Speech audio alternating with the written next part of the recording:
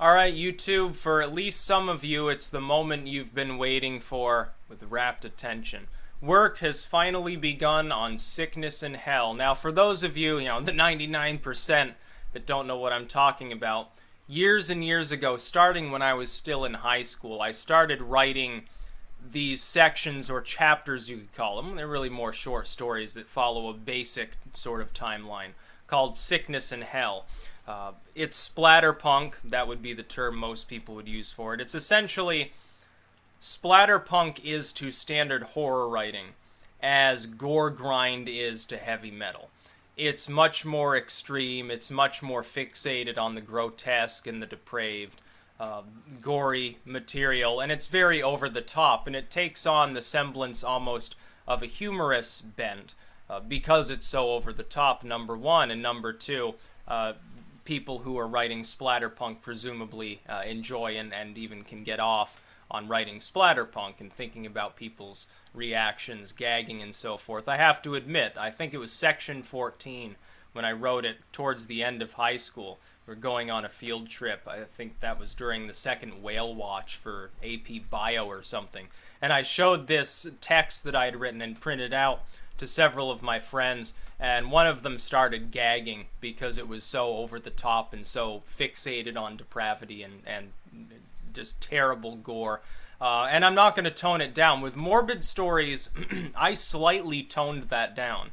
For those of you who have read Morbid Stories, and I'll put a link in the description to the second edition, which is much better than the first. Don't buy the first edition, it's in the improper format. Second edition's much better. If you enjoyed that, you'll love Sickness and Hell even more, because it's an actual novel. It was meant to be an actual story. Now, how it all began, before I started writing any of this, I had this weird dream one time. I actually talk about this in one of the sections of Morbid Stories. I had a dream that I was in a post-apocalyptic sort of dystopian-looking place. It was like a store of some sort, like Kmart or Walmart. They had the store shelves and everything. It was all dilapidated. Half the lights were like buzzing or had gone out. And there were like people huddled around, just sort of standing there. It looked a little bit like Fallout or something like that, honestly, only maybe a little bit less far gone.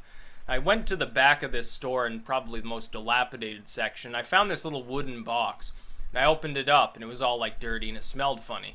And there's these little like sachets or something inside of it, like little canvas bags, and they're filled with dried apricots. Like, oh, well, what the hell's going on? I lift those up, and there's a dehydrated fetus underneath them. And then I proceeded to eat the dehydrated fetus, and it was almost like a weird occult sacrament, because from that moment forward, I was inspired to write this sort of stuff. I was inspired to study the occult. I was inspired to do all sorts of weird things. Anyway, it tasted like apricots, and then I was like, suddenly, I felt like I was being tugged on, and instantly I was on the side of a cliff. Get that. I'm on the side of this cliff, like hanging off with one arm, digging around the rocks, and I look over to the side, and there's this enormous vista. It's like a rainforest or a jungle or something, thousands of feet below me and stretching off in every direction. And this cliff juts out, and there's this weird steel building. It's all cylindrical with a weird dome on top. Sort of looks a little bit like the faraway shot of Jabba's palace in Return of the Jedi or something, with the weird rounded top and sort of curvy sides, generally round. And anyway, like, there's this woman there. I think it was Jane Goodall or something, because she's got like chimps and a gorilla, and she's just sort of watching me. And my mind's vision is flashing back and forth between what I'm looking at in the rocks and between her looking at me, which was weird. Anyway, there's like a human skull behind the rocks, and I take it out, and I'm like, oh, well, that's pretty cool. And then the dream ends. But it was weird. That dream was exceptionally memorable for no reason other than it was filled with grotesquerie. My first attempt at writing thereafter, and by the way, I have another novel that I worked on when I was even younger based on another dream. I will flesh that out and release it eventually. This is going to be the best shit you'll ever see. I started writing this text that was basically about a dude. He goes psycho, and he starts imagining that there's like this enormous like cowboy with gigantism trying to convince him to kill people. I know, it sounds funny, and it was, but it's also, that was also a grotesque work. He like cuts the babies out of pregnant women and starts dehydrating them and eating them, based loosely on that dream. and it was very terrifying and fucked up, but ultimately I developed Sickness and Hell instead, and I liked the idea better.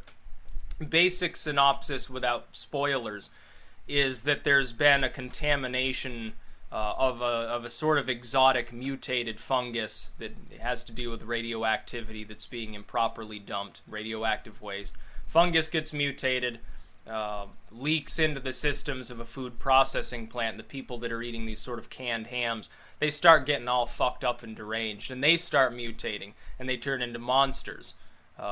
Various types of grotesquerie, and those that with skills, with the capability, the psychological wherewithal, that don't just go crazy, find it easy to absorb other organic matter, add it to their own composition. So, you know, you'd like fucking, you eat the porcupine, all of a sudden there's porcupine quills growing out of your head, sort of like a sea anemone deal or something like that. And I always wanted to finish the work and release it in its full form. I have 25 sections. I've narrowed it down because some of them, the general story overlaps, honestly. But 25 essential sections ending with Christmas in Hell. And Satan plays a big role in Sickness and Hell. Satan in Sickness and Hell is a gigantic red-skinned horned demon. Yes, but he's extremely rapacious, and he's got a little bit of the Aries in him. That is, he likes to start a fight, but then he whines when he gets injured. He's a disco fan. He's got a gay thing going on with some of the mutants, especially the protagonist, and with Charles Manson in some of the morbid stories, but that's not connected to Sickness and Hell. I think people will enjoy this. It's completely warped. It's depraved beyond all recognition. When it's finally done, my hope is that it will be the single most debased piece of writing that's ever been released by a human being. I want to claim that title for myself. Now, I've read splatterpunk before, fairly standard splatterpunk. You'd think of The Bridge or The Scream by Craig Skip and John Spector. That sort of material. There's almost always like mutants of some kind or another. Satan is involved. If you combine those two works together, you could get the basic synopsis of Sickness and Hell, although I didn't realize it at the time. I started writing these before I'd even heard the name splatterpunk. But it's going to be a good work. I think people will enjoy it. If you're into warped stuff at all, you're going to love it. Oh, you'll want to buy 2 or 3 copies probably, just because it'll be so epic. I know when I was writing them, I was laughing my ass off. I wasn't even like drunk or stoned at the time. Some of these I wrote back when I was, 18. So it's been a while. It's been a long time since I wanted to begin editing them. But I got into the occult manuscript editing, and I shelved it. I got into Fruits of Eden, and I shelved it. I wrote Psychedelic Spirituality, and I shelved it.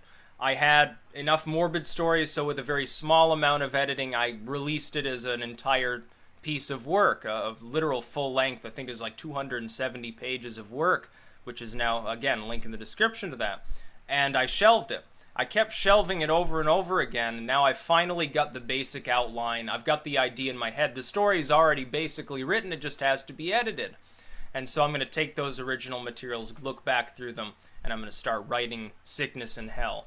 The most depraved work that you will ever read in your entire life.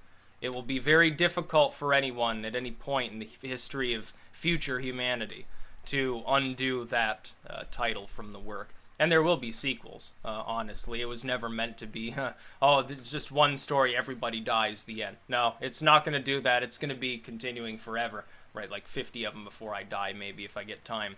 And I do want to work on some other ideas that I've had as well. Sci-fi, fantasy, more splatterpunk, obviously.